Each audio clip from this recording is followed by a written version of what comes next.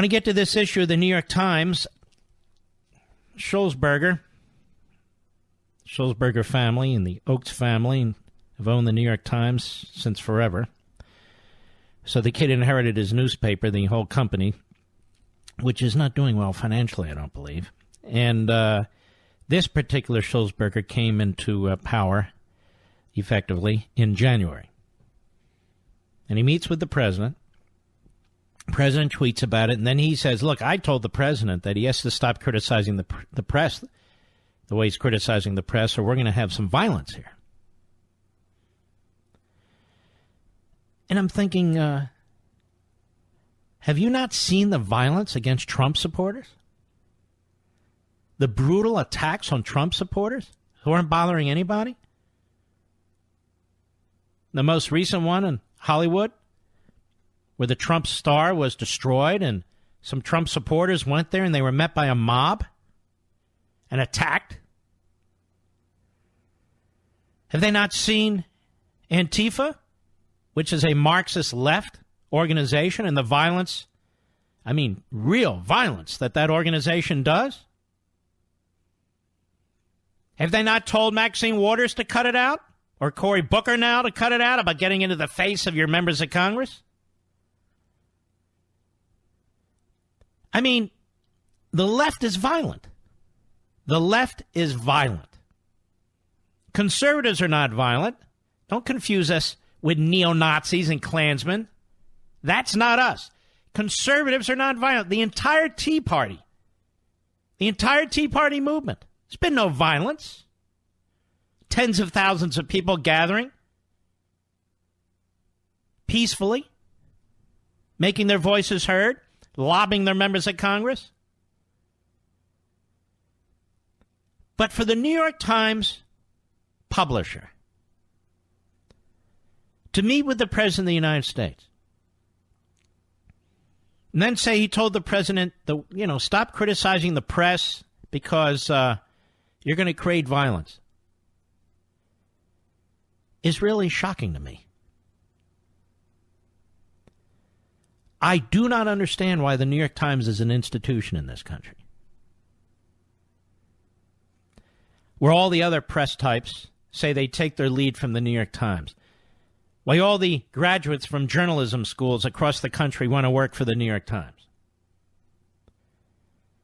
They are working for a newspaper, and I've said it over and over again, a newspaper that was involved in one of the most egregious acts of any free press in our entire history. The cover-up of the Holocaust. There's the New York Times, printed in New York. It's called the New York Times. A well-known progressive newspaper. A well-known paper that supports Democrats almost exclusively. That purposely push stories about the Holocaust either to the back pages or refuse to report on them at all. An entire book has been written on this. A self-examination of the New York Times was done. I encourage you to Google it or Bing it or DuckDuck it or whatever and research it. How can the New York Times be the paper of record? How can the New York Times be the paper of any kind of a record? How is it reputable with a history like that? And that's not so long ago. And a newspaper that is going to cover up the Holocaust, because effectively that's what it did, how can it be relied on to tell the truth? It can't. And they were caught again. It's very strange. I've explained this to many of you out there who are not Jewish, who are Gentiles or atheists and so forth, about leftists who are Jewish. How they do not support the country of Israel, which is a Jewish state. Bear with me on this. Over at the Daily Wire, they have a story. New York Times makes reportedly false claim about Israel's founder, refuses to offer a retraction. And it's this. They use David Ben-Gurion, one of its founders, its first prime minister, with a debunked quote talking about giving up land that it had conquered, quote unquote, in the Six-Day War. And yet a transcript of the discussion that Ben-Gurion had says no such thing. But still the New York Times went with it and will not correct it. Why is that? Why is that? The reason is simple. Because the New York Times is run by self-haters. That's what I call them, as you well know. That's why. And they do exist. These are people who put their political ideology ahead of all else. And by the way, you find it among certain Catholics, certain Protestants, all religions. But I'm explaining it. And this is why the New York Times does what the New York Times does. There is a guy running for the Senate in Texas. And Beto, whatever his name is. And he's been running around the state of Texas saying, look, I don't take PAC money and I don't support PACs and this, that, and the other thing. Turns out he does take PAC money. Turns out he did take PAC money. And he took it from an organization that's anti-Israel because more and more the Democrat Party and the left, this is where they're coming from. Is it not? Some of it is anti-Semitic, some of it is not. But it is a growing movement within the Democrat Party because of the left, and quite frankly, because of our immigration policies, too. Just telling you the truth. Can't get fired for the truth, can I?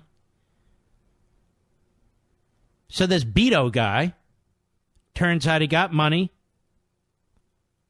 through and from an organization that spends its time attacking Israel and Israel's existence. And it's set up as a Jewish organization. The New York Times isn't going to report that. Guy's running against Ted Cruz in Texas. New York Times isn't going to report that.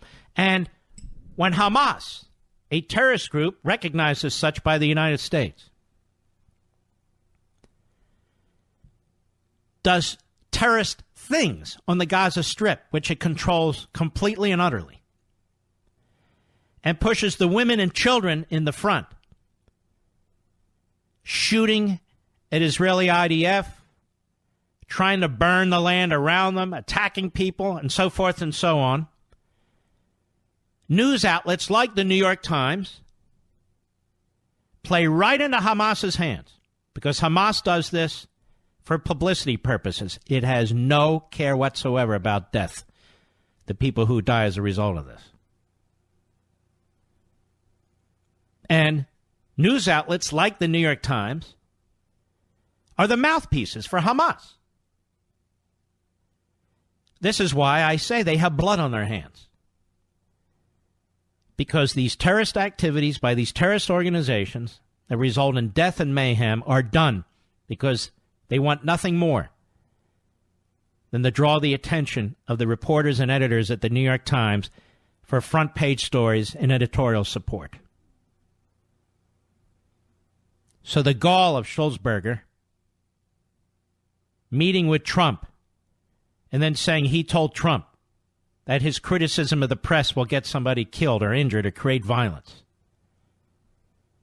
What a pathetic, pathetic operation it is. I'll be right back. Mark Levin.